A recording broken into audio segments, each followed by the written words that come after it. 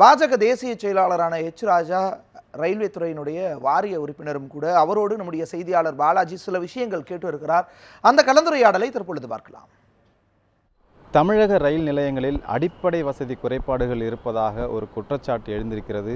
இது குறித்து நம்மிடையே தற்போது விளக்கம் அளிப்பதற்காக பாரதிய ஜனதா கட்சியின் தேசிய செயலாளர் மற்றும் ரயில்வே வாரிய உறுப்பினருமான திரு ராஜா அவர்கள் தற்போது நம்மிடையே இருக்கிறார். அவரிடம் சில விளக்கங்களை கேட்கலாம். சார் வணக்கம் சார். அதாவது தமிழக ரயில் நிலையங்களில் சில அடிப்படை வசதி குறைபாடுகள் இருப்பதாக ஒரு தகவல் இருக்குது. இதை பற்றி என்ன நினைக்கிறீங்க? அதாவது பொதுவாக அடிப்படை வசதிகள் குறைபாடுங்கிறது யார் வேணால் பேச முடியும். ஆனால் ஒரு 10 ஆண்டுகளுக்கு ஐக்கிய முற்போக்கு கூட்டணி ஆட்சியின் பொழுது ரயில் பொட்டியில் கூட எலி ஓடிக்கொண்டு நம்ம லக்கேஜுகளை ஏசி கம்பார்ட்மெண்ட்டில் எலி கடிக்கிறது, கரப்பாம்பூச்சி வர்ற அளவுக்கு மிக மோசமான மெயின்டெனன்ஸ் இருக்குது.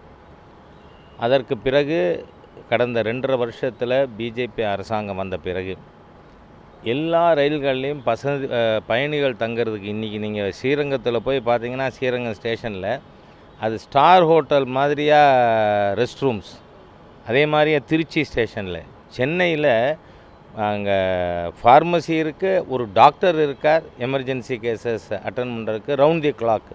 அந்த மாதிரி இப்போ ஒவ்வொரு ரயில் நிலையங்களிலும் நாம் அடிப்படை வசதிகள், முதல்ல தூய்மை, எல்லா இடங்கள்லையும் இப்போ டாய்லெட் ஃபெசிலிட்டிஸு மிக நல்ல முறையில் மெயின்டைன் பண்ணப்படுது. அதே மாதிரியாக பயணிகள் தங்குகின்ற ரெஸ்ட் ரூம், அதில் 2 மாதங்களுக்கு முன்பாக எங்களுடைய குழுவே இங்கே நாம் விசிட்டுக்கு வந்தோம்.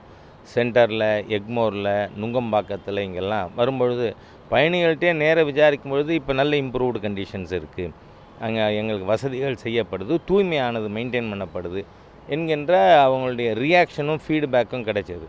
அதனால் இந்த 2.5 வருஷத்தில் ஸ்டேஷன்களில் நாம் ஃபெசிலிட்டிஸ், அவர்களுக்கான வசதிகள் பார்க்கறதோடு மட்டும் இல்லை, ரயில்லையும் ஆன்போர்டு வசதிகளை பற்றியும் தூய்மை மெயின்டைன் பண்ணுறதை பற்றியும் மிக தீவிரமாக கவனித்து வரோம். அது மாத்திரமில்லை, பயணிகளுக்கு ஏதாவது ஒரு சின்ன கம்ப்ளைண்ட் இருந்தால் கூட அந்த கம்ப்ளைண்ட்டை உடனே அட்டன் பண்ணுறதுக்காக எஸ்எம்எஸ் மூலமாகவே நம்ம அரசாங்கம் செயல்பட்டு கொண்டு இருக்குது.